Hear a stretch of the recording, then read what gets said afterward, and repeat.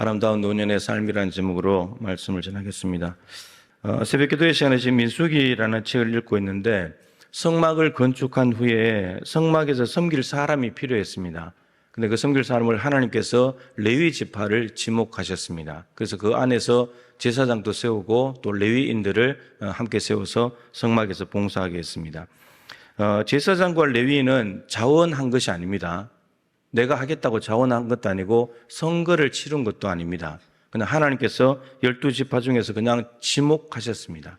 네가 해라. 하나님의 특별한 선택이었습니다. 일방적인 선택이었습니다. 그리고 연령도 정해놓았습니다. 30세부터 50세까지 일할 수 있다. 그리고 제사장은 제사를 하는 일인데 레위인들은 제사장을 돕는 역할이다. 성막을 운반하는 일을 해야 된다라고 하셨습니다. 성막은 하나님께서 임재하시는 장소이고 모세, 아론 그리고 이스라엘 백성들 전체를 만나는 만남의 장소입니다. 레위인은 구별된 사람입니다. 그래서 죄 사함을 받고 난 뒤에 하나님께 자신을 요제로 아예 인생을 드린 사람들입니다. 30세부터 50세까지는 하나님께 인생을 통째로 드려야 됩니다. 하나님께 정해놓으신 길입니다. 나이가 맞으면 다 할 수 있는가? 30세부터 50세만 되면 할 수 있는가? 그것도 아니에요. 힘이 있어야 돼요. 건강해야 돼요.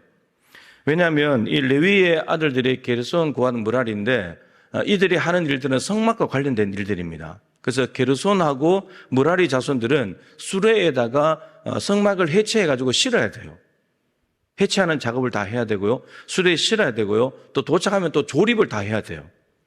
여러분, 이게 휘장만 해도 뭐 사람의 몇 변에 되는 휘장이 4-5개씩 있으니까 그것만 막만 걷는 거 하고 그 조각목을 다 뽑아가지고 다 해체해서 또 모아야 되고 이게 쉬운 일이 아닌 거예요. 그리고 고핫 자손들은 언약궤나 이런 것들이 너무나 거룩한 것이기 때문에 손을 대면 안 되니까 매야 돼요. 어깨에 매야 돼요. 어깨에 매야 되는데 힘이 없고 건강하지 못하다 못하는 일인 거예요. 30세부터 50세까지는 그 안에 있는 사람들은 그 외의 사람은 할 수도 없지만 할 수 있다고 하더라도 또 안에 있는 사람이 나이가 된다고 해서 다 할 수 있냐? 그거 아니에요. 힘이 있어야 되고 건강해야만 가능하다라고 하는 것입니다. 제사장과 레위인의 관계는 제사장은 제사를 집례하고 그리고 모세를 통해서 위임식을 했습니다. 너 제사에 대해서 몽땅 다 위임한다. 하나님께서 위임해 주셨고 그리고 제사장은 성소하고 지성소에 들어갈 수 있는 유일한 사람이죠. 성소에는 자주 매일마다 들어가야 되고 지성소는 1년에 한 번 7월 10일 대속죄일에만 들어갈 수 있었습니다. 그런데 레위인은 어떤 사람이냐면은 제사장을 돕는 역할을 하는 거예요. 제사를 드리는데 도우미 역할들 하는 겁니다. 그리고 레위인들은 위임식을 하지 않습니다. 이스라엘 자손들이 안수를 합니다. 안수를 해가지고 이제 일을 맡기는데 그리고 백성들의 안전을 위해서 레위인들은 존재합니다. 제사를 돕기도 하지만 일반 백성들이 거룩한 성막에 와서 손을 잘못대면 하나님께 손을 대는 것이기 때문에 위험하거든요. 재앙에 빠질 수 있거든요. 근데 레위인들은 이미 구별된 사람이고 하나님이 그 일을 하라고 했기 때문에 만져도 괜찮은 거예요. 그래서 백성들의 안전을 보호하기 위해서 레위인들을 세워놓았다고 성경은 기록하고 있습니다. 둘 다 하나님이 선택하셨습니다. 하지만 사역 전에 해야 될 일이 있었습니다. 이 제사장과 레위인들이 뭘 해야 되냐? 제사를 드렸어야 했습니다. 자기를 위해서. 왜 제사를 드려야 되죠? 자기가 죄인이니까. 하나님이 죄인 쓰시려고 하는데 죄인을 뽑아다가 나이만 됐다고 힘이 있다고 막 쓰는 것이 아니고 죄를 먼저 사하고 난 뒤에 그 사람을 쓰시겠다는 거예요. 여러분, 하나님의 일을 하는 사람들은 죄 사함에 감격이 있어야 돼요. 십자가가 꽂혀 있어야 돼요. 그냥 일할 수 있다고 힘이 있다고 나이가 된다고 일하는 게 아니에요. 십자가의 은혜, 죄 사함의 감격을 모르는 사람은 주의를 해본들 그게 일이 되지 하나님의 은혜에 보답하는 삶이 아닌 거예요. 교회의 일꾼들도 일을 하는 사람들도 죄 사함이 먼저 받아야 돼요. 죄 사함을. 십자가가 있어야지 교회 일을 할 수 있는 거예요. 우리가 이거 기준 좀 바꿔야 돼요. 오늘 이제 이 얘기를 하려고 하는 건 아니고 어쨌든 그렇습니다. 그리고 제사장과 레위인은 서로의 고유한 사역이 있어요. 따라서 그 사역을 서로 존중하면서 또 협력해야 될 때는 협력해야 돼요. 뿌리가 같아요.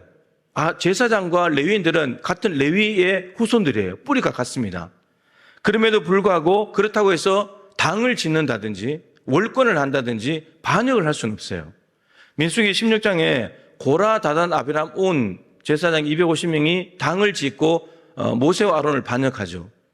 여러분, 모세와 아론하고 고라는 사촌지간이에요. 같은 할아버지, 정조 할아버지가 레위예요, 레위.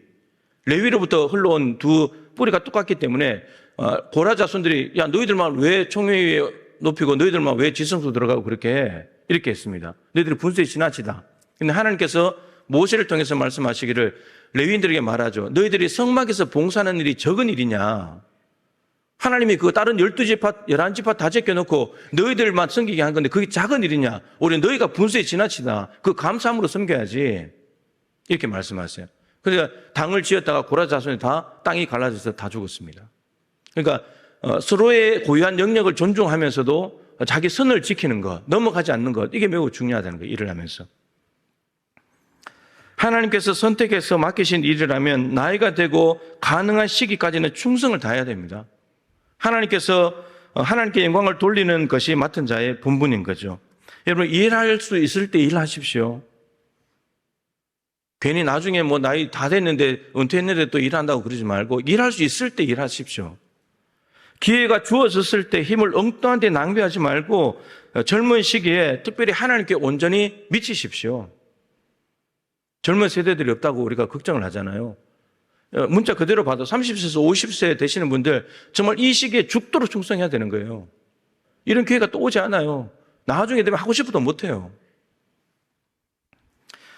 세월이 지나면 퇴직과 은퇴가 찾아옵니다. 사회에서는 퇴직하고 교회에서는 은퇴를 하겠죠. 이는 반드시 옵니다. 왜요? 정해진 것이니까. 사회에서 50대 후반, 60대 길면 뭐 한 중반까지 정해져 있는 거예요. 자기가 더 하고 싶다고 할 수 없는 거예요. 교회에서 70세 정해져 있는 거예요. 이건 정해진 것인가? 반드시 오는 거예요. 사회에서 퇴직을 하면 이제 더 할 일은 없습니까? 교회에서 직분에서 은퇴하면 더 해야 될 사명이 없습니까? 아닙니다. 있습니다. 하던 일을 그만둔 것이지 다른 일이 없는 게 아니죠. 감당하던 직임을 그만둔 것이지 사명은 여전히 있는 겁니다. 여러분, 퇴직하고 은퇴를 했는데도 아직도 목숨이 붙어 있다면 아직 해야 할 일이 있는 거예요. 여러분, 성경에는 보면요, 이제 꼼꼼하게 일일이 다 살펴보지 않았지만 대부분은 사명 감당하다가 죽어요. 여러분, 죽음이 그 사명이 끝나는 시기예요. 따로따로 노는 게 아니에요. 사명 끝나고 나머지 놀다가 편안하게 보내다가 죽는 게 아니고요. 죽는 그날이 사명이 끝나는 날이에요. 이미 노년층에 들어간 분들이 계실 겁니다. 또 앞으로 퇴직하고 은퇴를 앞둔 분들도 있을 텐데 어떻게 노년을 보내려고 하십니까? 어떻게 보내고 계십니까? 이미 은퇴하신 분들은. 여러분, 젊은 시절만 꽃다운 게 아닙니다. 노년도 아름다울 수 있습니다. 충분히요. 어떻게 아름다운 노년의 삶을 살 수 있는가? 오늘 그 모델을 시므온 할아버지와 안나 할머니에게서 찾아보려고 하는 거예요. 자, 오늘 본문의 시므온과 안나는 놀랍게도 공통점이 너무 많아요. 근데 이 공통점이 오늘 본문을 풀어가는 열쇠예요. 이 공통점만 잘 찾아가도 정말 노년이 정말 아름답겠구나, 이게 될 수 있습니다. 첫 번째 공통점이 뭐냐면 나이가 상당히 많다는 거예요. 나이가 엄청나게 많습니다. 안나는 나이가 매우 많았더라, 이렇게 표현을 하면서 나이가 어느 정도 나와 있어요.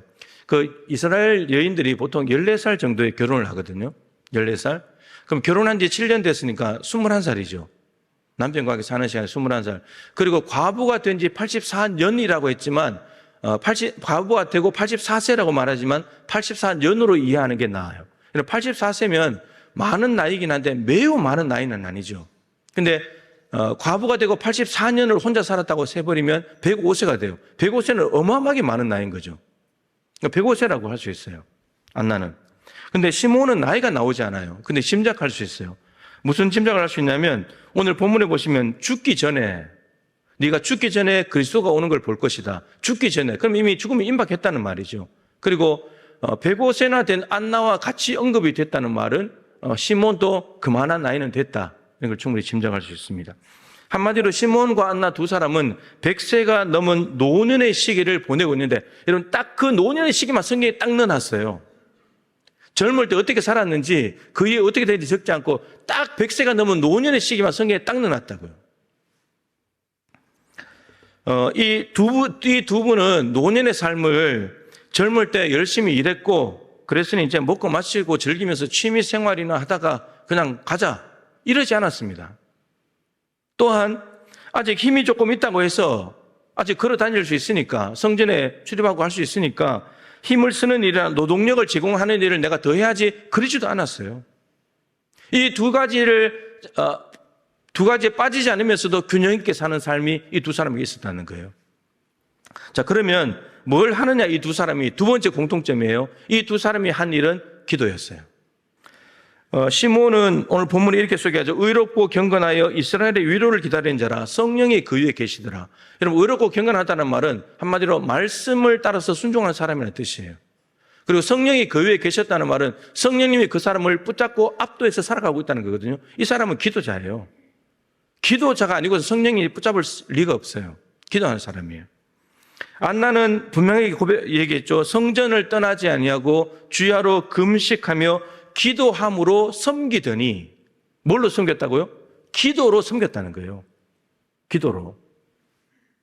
노년이 되면 섬기는 일이 다 끝났거나 더 섬길 수 있는 일이 없는 것이 아니라 섬기는 방법과 내용이 달라지는 거예요. 그게 시몬과 안나는 기도였다는 것입니다. 두 사람도 여러분 젊었을 때 열심히 살았을 거 아닙니까? 그죠? 얼마나 열심히 살았겠습니까? 근데 늙어서 어떻게 살까? 이들은 고민하지 않았겠습니까? 당연히 고민을 했겠죠. 아마도 이 의롭고 경건하기 때문에 늘 말씀 붙들고 사는 사람이기 때문에, 그리고 안나는 선지자이기 때문에 구약 성경을 알았을 거예요.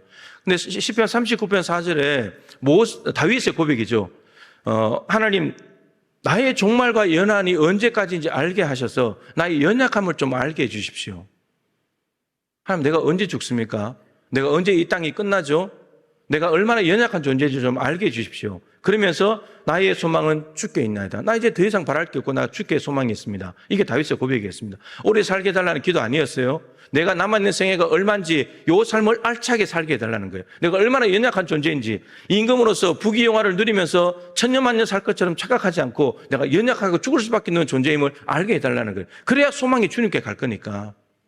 시편 90편 12절에서 모세도 말했죠. 우리에게 우리 날 계수함을 가르치자. 내 날이 얼마인지 계수함을 가르치사 지혜로운 마음을 좀 얻게 해주십시오. 얼마나 내 인생이 남았는지를 알아야 그 삶을 지혜롭게 살아갈 수 있을 거니까. 이 두 사람이, 이 두 다윗과 모세와 장수를 위해서 기도하지 않고, 편안하게 사는 삶을 기도하지 않고 오직 주님께 소망을 두면서 남아있는 인생을 지혜롭게 알차게 꽉 찬 인생으로 살아가는 그것을 강구했던 것처럼 이 두 사람은 그걸 구하지 않았나 싶어요. 그러니까 이 두 사람은 죽음을 인정하는 거예요. 이제 곧 죽음이 오겠구나. 그러면서도 기도하는 일에 나머지 남아있는 인생을 다 헌신하는 거예요. 여러분, 건강과 힘으로 섬기는 거하고 기도로 섬기는 거하고 어느 것이 쉬워요? 어느 것이 쉬워요? 건강하면서 힘으로 섬기는 거하고 젊을 때 섬기는 거하고 늙어서 기도로 섬기는 게 어느 게 더 힘들어요? 어느 게 더 쉬워요? 둘 다 어려워요? 기도가 훨씬 어려워요, 여러분. 기도가 훨씬 어렵다고요. 교회는 만민이 기도하는 아버지 집이죠. 따라서 기도는 교회의 본질이고 정체성이에요. 이걸 다르게 말하면 이것을 교회가 기도하는 곳이라는 본질과 정체성을 가장 잘 나타내 주는 분들이 누구냐? 노년들이에요. 기도하는 노년들. 그분들이 기도의 자리를 지키고 있어야 동북교회는 기도하는 교회구나, 성경대로 맞구나, 이게 된다는 거예요. 새벽기도회, 특별 새벽기도회, 세겹줄 중보기도 기도학교 참석하시는 분들을 보면 젊은 분들도 있지만 대부분 다 나이 드신 분들이에요. 우리 나이 드신 분들은 힘도 없어서 교회 보탬도 안 돼, 그렇게 말하지만 그렇지 않아요. 기도의 자리에 지키고 있는 게 정말 귀한 섬김이고 정말 힘이 되는 거예요. 여러분, 기도하시는 어르신들 없으면 교회 안 됩니다, 여러분. 교회 자체가 아니에요. 기도가 교회의 본질인데 본질이 없는데 어떻게 교회가 돼요? 노년들의 기도가 없다면 교회는 본질과 정체성을 상실해 버립니다. 교회의 교회됨을 잃어버리는 거예요. 노년의 시기를 보내시는 분들, 기도의 골방을 사모하십시오. 그 자리를 지킬 때 노년을 가장 아름답게 섬기는 삶이 되는 겁니다. 세 번째 공통점, 시몬과 안나의 세 번째 공통점은 기도 제목도 똑같아요. 기도 제목이 똑같아요, 여러분. 놀랍게도. 살 만큼 살았으니까 질병 없이 편안한 노후를 보내다가 잘 죽게 해주십시오. 여러분, 이거 기도하지 않았습니다. 이거 기도 안 했어요. 시몬의 기도는 이스라엘의 위로를 위해서 기도했습니다. 안나 할머니는 뭘 기도했냐? 예루살렘의 속량을 위해서 기도했습니다. 여러분, 이스라엘이라고 하는 말은 세 가지의 의미죠. 이스라엘 나라도 되고, 이스라엘 백성도 되고, 이스라엘 땅도 돼요. 근데 그 이스라엘의 위로를 기다렸다는 거예요. 예루살렘도 마찬가지로 삼중적인 의미죠. 예루살렘 성전, 예루살렘 도시, 예루살렘 백성. 삼중적인 의미예요. 이 예루살렘의 속량을 기다렸다는 말입니다. 두 사람은 나라와 민족이 이방인들의 발에 짓밟히는 시기에 출생을 했습니다. 105세라고 해도 지금 예수님이 아기로 오셨을 때 105세였으니까 거꾸로 105년 돌아가면 주전 100년, 101년 때거든요. 그럼 이미 헬라나 로마가 지금 짓밟고 있는 시기란 말이에요. 태어났을 때부터 나라가 식민지인 거예요. 그 세월을 100년을 살아왔어요. 얼마나 힘든 세월이었겠어요. 그러니까 더 간절했겠죠. 나라와 민족에게 자유를 주십시오, 하나님. 이 나라를 좀 불쌍히 여겨 주십시오. 얼마나 간절히 기도했겠습니까? 자기 자신의 기도가 나올 수가 없는 거예요. 나라와 민족을 위해서 후손들, 하나님, 우리 후손들은 좀 평화로운 나라에 살게 해주십시오. 얼마나 간절히 기도했겠어요, 눈물로. 노년을 보내시는 어르신들 자신들과 자신의 유익과 복을 위한 기도보다도 나라와 민족을 위해서 그리고 후손들을 위해서 눈물로 간구하실 때, 여러분, 그게 가장 아름다운 노년의 모습이에요. 네 번째 공통점, 두 사람은 모두 다 하나님으로부터 기도 응답을 받았습니다. 여러분, 출생부터 지금까지 살아온 세월이 온통 혼돈과 공허와 어둠뿐이었는데 죽음을 코앞에 둔 시점에서 하나님의 응답을 받았어요. 그동안의 기도를 하루 이틀 했겠습니까? 그 기도가 하나님이 들으시는가? 나라가 갈수록 어려워지고 있는데 이 기도를 들으실까 싶었는데 하나님이 그 기도를 들으시고 죽기 직전에 하나님께서 그 응답을 주셔가지고 이들에게 기쁨을 주시는 거예요. 여러분, 죽음이 다가왔다 할지라도 기도는 우리가 하지만 하나님은 응답하십니다. 그 믿음을 가지고 기도하시는 것이 중요하게 되는 거죠. 기도의 응답의 내용이 뭐냐? 여러분, 이것도 공통점인데 기도 응답을 이스라엘의 위로와 예루살렘 속량을 위해서 기도했는데 응답이 왔습니다. 무슨 응답이 왔냐? 아기 예수님, 그 메시아를 보게 됐다는 겁니다. 마리아가 정결 예식을 행하기 위해서 아기 예수를 품에 안고 예루살렘에 왔습니다. 근데 성령의 지시를 받아서 시몬이 성전에 들어갔다가 아기 예수님을 만나게 됩니다. 근데 아기 예수님을 마리아에게서 받아가지고 덥석 안고는 하나님을 찬송하기 시작합니다. 여러분, 아기가 뭘 했습니까? 아기가 로마 군병 한 명이라도 때려잡았습니까? 뭘 했습니까? 다른 사람들은 아기를 보면서 아기를 보는데 이 시몬과 안나는 아기를 보면서 메시아를 보는 겁니다. 어떻게 이게 되냔 말이에요. 같은 아기를 보는데. 여러분, 아기를 본다는 말은 2023년 9월 17일, 오늘 9월 17일, 내일 18일, 이거 우리 시간이냐, 크로노스, 연대기적인 시간입니다. 근데 카이로스라는 시간이 있죠. 하나님께서 크로노스를 뚫고 들어와서 하나님의 역사를 일으키시는 사건. 여러분, 시몬과 안나를 제외한 사람들은 크로노스 시간을 살았지만 시몬과 안나는 무슨 시간을 살았냐? 카이로스 시간을 사는 거예요. 메시아가 왔다는 걸 알아차렸으니까. 여러분, 누구는 왜 같은 아기를 보고도 아기를 보고 어떤 사람은 메시아를 봅니까? 어떤 사람은 크로노스를 살고 어떤 사람은 그 크로노스 시간에 카이로스가 왔다는 걸 알아차리고 카이로스를 누립니까? 무슨 차이입니까? 그게 기도의 차이예요. 기도해야 영적인 안목이 열리죠. 기도해야 하나님의 시세를 잃는 거예요. 여러분, 아기 예수님이 메시아로 나타났다는 것은 제일 먼저 들은 사람들이 목자들입니다. 요셉과 마리아였습니다. 목자를 통해서 전달받았잖아요. 근데 목자는 누구에게 들었죠? 천사들에게 들었습니다. 근데 시몬과 안나는요, 기도하는 가운데 자기들이 알아차렸어요. 기도하는 사람은 하나님께서 지금 이 민족의 절망 가운데 아기 예수의 모습으로 이스라엘을 위로하기 위해서 하나님의 아들 메시아를 보내신다는 것을 알아차리는 사람이에요. 이게 기도하는 사람입니다. 하나님의 시세를 알아차리는 사람이죠. 하나님의 시세를 알아차리게 되면 어떻게 되느냐? 28절에 시몬이 하나님을 찬양합니다. 38절에 안나는 어떻게 하냐? 감사하게 됩니다. 여러분, 이것은 하나님의 시세를 알아차리는 사람들이 제일 먼저 누리는 기쁨이에요. 알아차리지 못하는 사람은 못 누리는 거예요. 우리 노년을 보내시는 분들, 이 혼탁한 시대에 하나님의 시세를 먼저 알아차리시기를 축복합니다. 여러분, 기도하니까 예수님이 오신 걸 알아차렸잖아요. 재림도 다시 오실 예수님도 기도하면 알아차려요. 자, 마지막 5번째 공동점이 있습니다. 아기 예수님을 보내시는 하나님의 시세를 읽은 두 사람이 했던 일이 있어요. 그게 뭐냐면 예수님에 대해서 전하기 시작합니다. 하나님이 절망에 빠진 나라와 민족에게 메시아를 보내셨다는 사실을 알아차렸을 때 이 두 사람이 했던 일은 그 예수님을 전하는 거였습니다. 여러분, 모르면 전할 수 없는 거예요. 알아야 전할 수 있습니다. 근데 중요한 것은 무엇을 전하냐에 예수님을 전하기 시작했는데 노년이 될 때까지 여러분 저들에게 인생 노하우가 얼마나 많겠습니까? 경험과 지식이 얼마나 많겠습니까?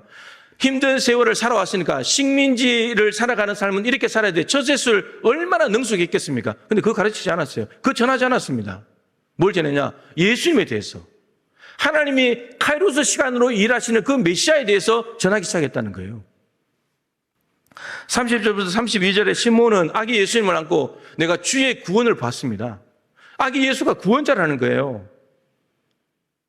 이는 만민을 위하여 예배하신 것이래요. 단지 마리아의 품에 있는 마리아 집에 한 아들이 아니라 만민을 위해서 오신 분이라고. 이스라엘의 구원이라고. 이방을 비추는 빛이라고. 이스라엘의 영광이라고 선포합니다. 아기 예수를요. 그리고 38절에 안나는 이렇게 말하죠. 예루살렘의 속량을 바라는 모든 사람에게 그에 대하여 말하니라. 예수에 대해서 말하니라. 여러분, 시몬과 안나를 통해서 이스라엘의 구원자가 왔다는 소식이 전파되었을 때 백성들에게는 어마어마하게 기쁜 소식인 거죠. 절망에 빠져 있는 사람들에게. 여러분, 노년은 겉사람은 후회하지만 속사람은 날로 새로워지는 것입니다.